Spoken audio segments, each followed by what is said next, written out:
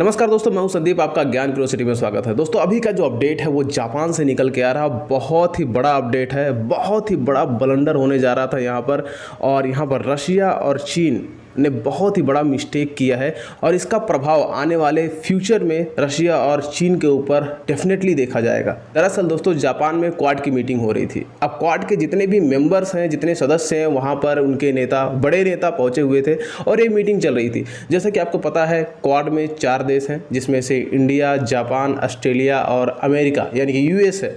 ये चारों देश के जो बड़े नेता थे, इस देश के राष्ट्रपति, प्रधानमंत्री, सब वहाँ पर बैठे हुए थे।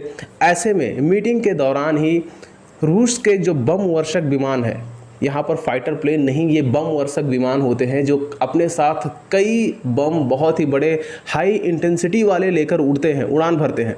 वो जापान के आसपास पहुंच गए, जहाँ पे मीटिंग हो रही थी उसके बहुत ही करीब पहुंच गए। उसके साथ ही चीन के फाइटर जेट भी इस बम वर्षक विमान के साथ शामिल थे। लेकिन जब जापानी एयरफोर्स को इसके बारे में पता चला तो वो फ़ौरन ही उड़ान भरते हैं अपने एयरबेस से और रूस के और चीन के जितने भी फाइटर जेट, बम वर्षक विमान हैं, उनको खदेड़ के वहाँ से भगा देते हैं। और दोस्तों, ये बात यहीं तक नहीं रुकी। रूस और चाइना के जितने भी बम वर्षक विमान, जितने भी फाइटर जेट हैं, इन्होंने दक्षिण कोरिया के भी यानी कि साउथ कोरिया के भी एयर स्पेस का वायलेशन किया और दक्षिण कोरिया के ऊपर से ये निकलते हुए फिर वापस लौट गए। अब दोस्तों, यहाँ पर रशिया और चीन से इसका जवाब मांगा गया है। लेकिन दोस्तों, यहाँ पर रशिया की तरफ से जो बयान आया, बहुत अटपटा सा आया हुआ है और इसी से मिलता जुलता कुछ बयान चाइना के भी आया हुआ है। लेकिन पूरी दुनिया इस चीज़ से बेहद नाराज़ है, क्योंकि इन दोनों का जो जवाब है किसी भी तरीके से सेटिस्फाई नहीं कर पा रहा है पूरी दुनिया, पूरे वर्ल्ड मीडिया को। तो क्या कुछ मुद्दा है, क्या कुछ ऐसी बात हुई कि रशिया और चीन अपने बम वर्षक विमान लेकर जापान के पास पहुंच गए, इतने विकसित कंट्री के पास पहुंच गए, और जबकि वहां पर 4 बड़े देशों के बड़े नेता मौजूद हैं, फिर भी इतनी बड़ी हिमाकत करने की ज़रूरत क्या थी इन दोनों देशों की? तो इस वीडियो में सब कुछ डिटेल बात करेंगे, तो वीडियो अंत तक पूरा देखिएगा। दोस्तों, जैसा आप सभी को पता है कि क्वाड का फॉर्मेशन यहाँ पर चाइना को काउंटर करने के लिए हुआ था। यहाँ पर रशिया के लिए कोई भी थ्रेट नहीं था, यानी कि रशिया के पॉइंट ऑफ व्यू से देखते हैं तो क्वाड बिल्कुल पूरी तरीके से सुरक्षित था, रशिया के अगर प्रॉस्पेक्टिव से हम देखते हैं। लेकिन चाइना को काउंटर करने के लिए क्वाड का फॉर्मेशन बहुत ज़्यादा ज़रूरत था, क्योंकि जिस तरीके से साउथ चाइना सी में चाइना कर रहा है, उसके जितने भी छोटे छोटे देश हैं, पड़ोसी देश हैं, पूरी तरीके से चाइना से डरे हुए हैं। चीन के विस्तारवादी नीति से हर कोई परेशान है, जैसा कि आप सब जानते हैं। और इस क्वाड मीटिंग में बहुत सारी चीज़ें ऐसी कहनी थी जो चाइना के फेवर में नहीं था, चाहे वो बिजनेस को लेके हो, चाहे वो ट्रेड को लेके हो, या फिर अगर हम बताते हैं डिफेंस इक्विपमेंट्स को लेके हो।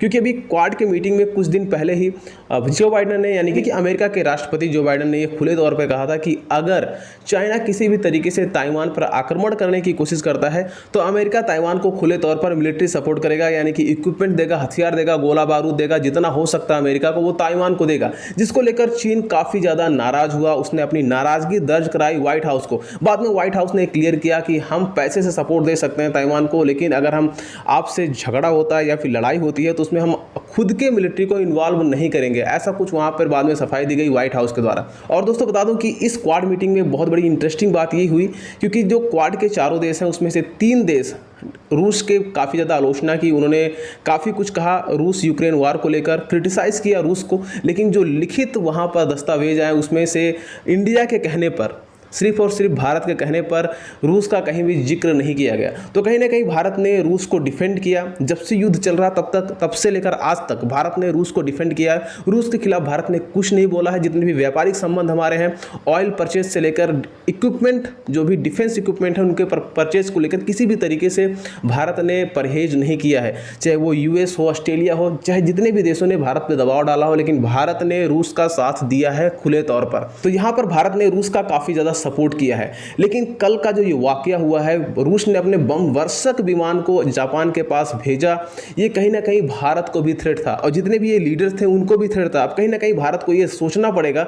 अब अगर जरा सा इमेजिन करके देखिए, अगर ये बम वर्षक विमान गलती से कोई बम ड्रॉप कर देते वहां पर जहां पे मीटिंग हो रहा था, तो फिर क्या सिचुएशन होता? वर्ल्ड वार होने में, वर्ल्ड वार 3 होने में कितना टाइम लगता, आप जरा सोच के देखिए। तो ये काफी भयानक सिचुएशन थी जो ये पैदा हुई है। अब कहीं ना कहीं भारत भारत को भी जवाब देना होगा पूरे वर्ल्ड मीडिया का। और एक क्वेश्चन रेज हो रहा है भारत के ऊपर कि भारत जिसके ऊपर आंख बंद करके ट्रस्ट कर रहा है, विश्व में सबसे बड़ा दोस्त भारत रूस को मानता है और वही इतनी बड़ी हिमाकत करता है जब नरेंद्र मोदी किसी मीटिंग में शामिल होते हैं और रशिया के बम वर्षक विमान ऊपर से उड़ते हैं।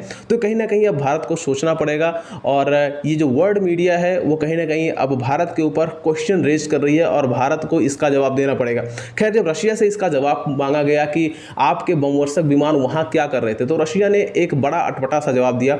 उन्होंने कहा कि हमारी जो एक्सरसाइज चल रही है चाइना के साथ साउथ चाइना सी में, हम वहां पर एक मिलिट्री एक्सरसाइज कर रहे हैं और इसी वजह से हमारे जो विमान हैं वो गलती से जापान की तरफ मुड़ गए। लेकिन आपको बता दूं कि यहाँ पर जो रशिया का बयान है बहुत ही गलत है, क्योंकि जापान का अगर हम डिस्टेंस देखते हैं साउथ चाइना सी से तो हज़ारों किलोमीटर दूर है। तो रशिया का ये जवाब पूरी तरीके से यहाँ पर गलत साबित होता है और अब कहीं ना कहीं प्रेशर घूम फिर के इंडिया के ऊपर आ गया है। बाकी दोस्तों, आप क्या सोचते हैं, अब इंडिया को क्या करना चाहिए और रशिया ने जो ये किया है कल अपने बमवर्षक विमान जापान के पास भेजकर, ये कितना गलत है? आप जो सोचते हैं कमेंट सेक्शन में अपनी राय ज़रूर दीजिएगा और आपके जो भी विचार हैं आप ज़रूर लिखा करिए, क्योंकि आपके सारे कमेंट पढ़ता हूं, उनकी रिप्लाई भी देता हूं। और अगर आपको वीडियो पसंद आया तो प्लीज़ एक लाइक कीजिए, अपने दोस्तों के साथ इस वीडियो को जितना हो सके शेयर करिए। और अगर आप मेरे वीडियोस पहली बार देख रहे हैं, मेरे चैनल पर आपने पहली बार विजिट किया है तो चैनल को सब्सक्राइब करिए, बेल आइकन को हिट करिए ताकि हमारे वीडियो के नोटिफिकेशन सबसे पहले आपको मिले। तो फिर मिलते हैं नेक्स्ट वीडियो में, तब तक के लिए टेक केयर, बाय बाय।